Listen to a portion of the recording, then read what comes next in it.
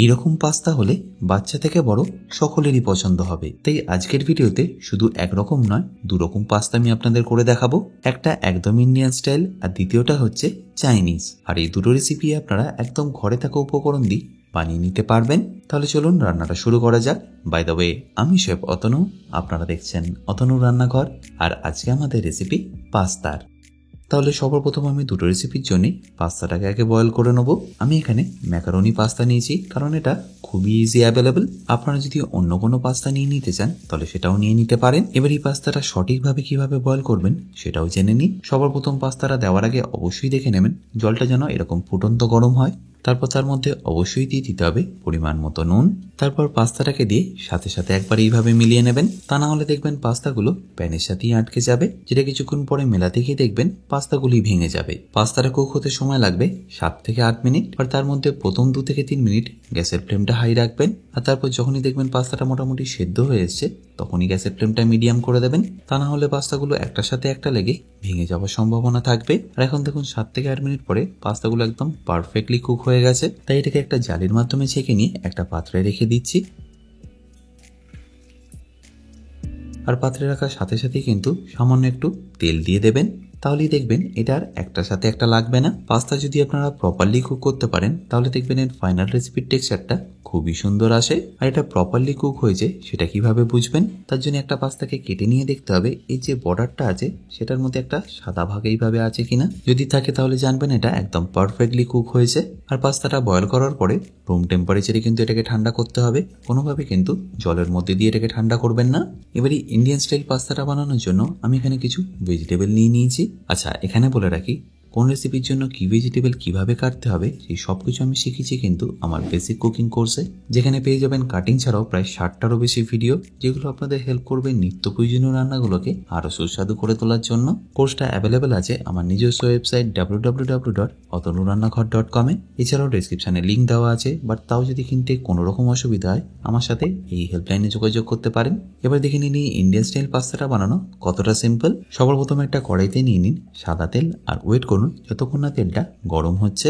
আর যখনই দেখবেন তেলটা গরম হয়ে গেছে তখন এখানে দিয়ে দিন 2 চা চামচ রসুন কুচি। আর তারপর সেটাকে একটু হালকা লাল লাল করে ভেজে নিন। দেখুন যখনই দেখবেন এরকম হালকা হালকা কালার আসা শুরু করছে তখন এখানে দিয়ে দিতে হবে কুচনো পেঁয়াজ। পেঁয়াজটা দিয়ে একটু নেড়ে চেড়ে ভাজার পরেই দিয়ে দিতে হবে আলু, যেটাকে আমি পেঁয়াজের সাথে ভালো করে ফ্রাই করে নেবো। আমি এখানে কাঁচা আলু দিয়ে করলাম, আপনারা চাইলে কিন্তু সেদ্ধ আলুকে কেটেও এখানে দিয়ে দিতে পারেন। এই স্টেজে আপনারা অবশ্যই দিয়ে দেবেন স্বাদ মতো নুন। তারপর এটাকে আপনাদের ততক্ষণ ভাজতে হবে যতক্ষণ আলুটা মোটামুটি 60% মতো কুক হয়ে আসছে।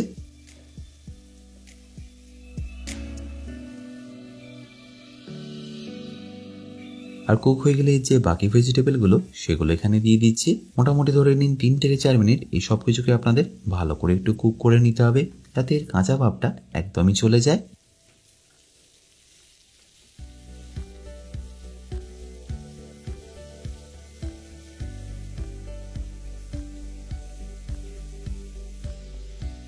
আর কাঁচা ভাবটা চলে গেলেই দিয়ে দিতে হবে পরিমাণ মতো জল, যাতে এই সবজিগুলো খুব ভালোভাবে সেদ্ধ হয়ে যায়।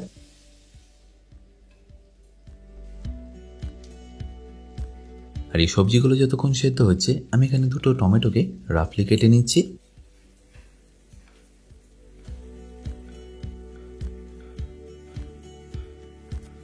মোটামুটি ধরে নিন 3 থেকে 4 মিনিট লাগবে এই সবজিগুলোকে ভালো করে সেদ্ধ হতে।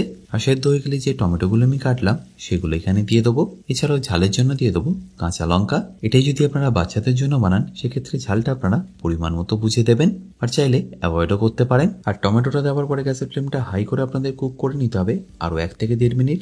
তার মধ্যেই দেখবেন টমেটোগুলো একদম পারফেক্টলি গলে যাবে। তাহলে নিশ্চয়ই দেখতে পাচ্ছেন এখন সব ভেজিটেবল একদম পারফেক্টলি কুক হয়ে গেছে। তাই এই স্টেজে আপনাদের দিয়ে দিতে হবে সামান্য একটু গোলমরিচ গুঁড়ো আর সামান্য একটু অরিগ্যানো। ব্যাস, এবারই দুটোকে আপনাদের ভালো করে মিশিয়ে নিয়ে দিয়ে দিতে হবে টমেটো কেচাপ।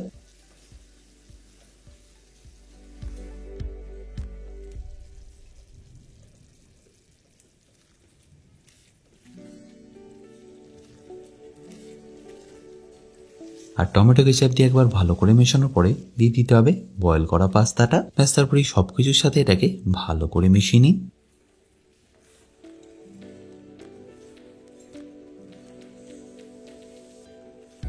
আর মেশানো হয়ে গেলে এটাকে ফিনিশ করুন সামান্য একটু চিজ আর ধনেপাতা দিয়ে। আর যদি আপনারা চিজটা অ্যাভয়েড করতে চান তাহলে সেটাও অ্যাভয়েড করতে পারেন, এতে টেস্টের খুব বেশি কিন্তু ডিফারেন্স আসবে না। তাহলে নিশ্চয়ই দেখতে পেলেন এটা বানানো কতটা সিম্পল। এবার এটাকে আমি পরিবেশন করেও দেখাচ্ছি।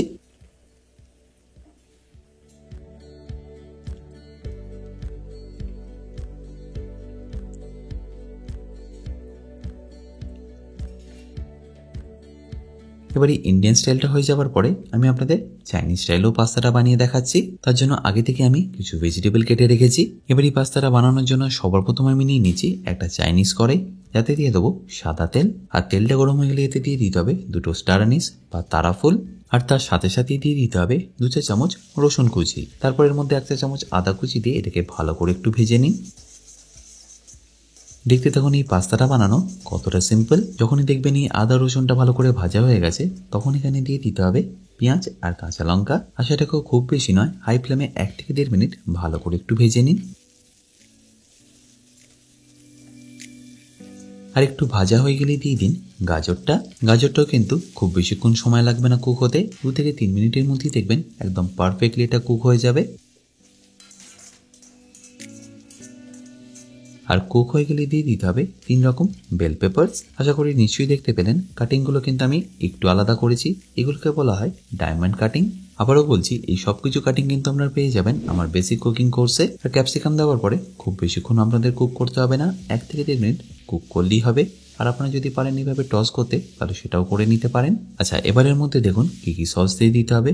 প্রথমে দিয়ে দিচ্ছি 1 চা চামচ ডার্ক সয়া সস। আপনাদের কাছে যদি ডার্ক সয়া সস না থেকে থাকে সেক্ষেত্রে আপনারা লাইট সয়া সসও ব্যবহার করতে পারেন। তারপর দিয়ে দেবো 1 চা চামচ ভিনিগার, সাথে যদি থেকে থাকে সামান্য একটু গ্রিন চিলি সস, আর তারপর লাগবে টমেটো কেচাপ। ব্যাস, এবারই সবকিছুকে আপনাদের কোনো রকম জল না দিয়ে ভালো করে একবার মিশিয়ে নিতে হবে। আর মনে রাখতে হবে গ্যাসের ফ্লেমটা এই সময় লো টু মিডিয়াম রাখবেন। আর যখনই দেখবেন এইভাবে ভালো করে মিশে গেছে দিয়ে দিতে হবে পরিমাণ মতো জল।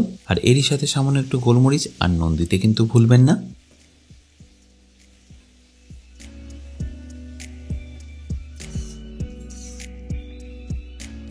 তাহলে নিশ্চয়ই দেখতে পেলেন এটা বানানো কতটা সিম্পল। জাস্ট এবার আপনাদের মিশিয়ে দিতে হবে পাস্তাটা। আর পাস্তাটা দেওয়ার পরে গ্যাসের ফ্লেমটা একদমই লো করে দেবেন। তারপর এইভাবে নেড়ে চেড়ে ভালো করে মিশিয়ে নেবেন।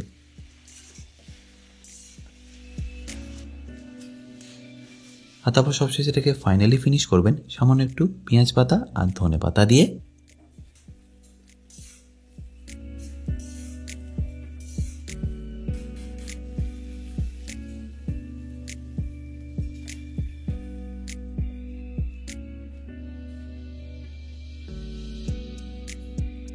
আশা করি সিম্পল দুটো রেসিপি আপনাদের নিশ্চয়ই ভালো লাগবে। আর ভালো লাগলে প্রতিবারের মতো আমাকে কিন্তু কমেন্টে জানাতে ভুলবেন না। বাই দ্য ওয়ে, আমি শেফ অতনু, আপনারা দেখছিলেন অতনুর রান্নাঘর। দেখা হচ্ছে আপনাদের সাথে আর একটা নতুন রেসিপি নিয়ে নেক্সট এপিসোডে। ভালো থাকবেন, সুস্থ থাকবেন।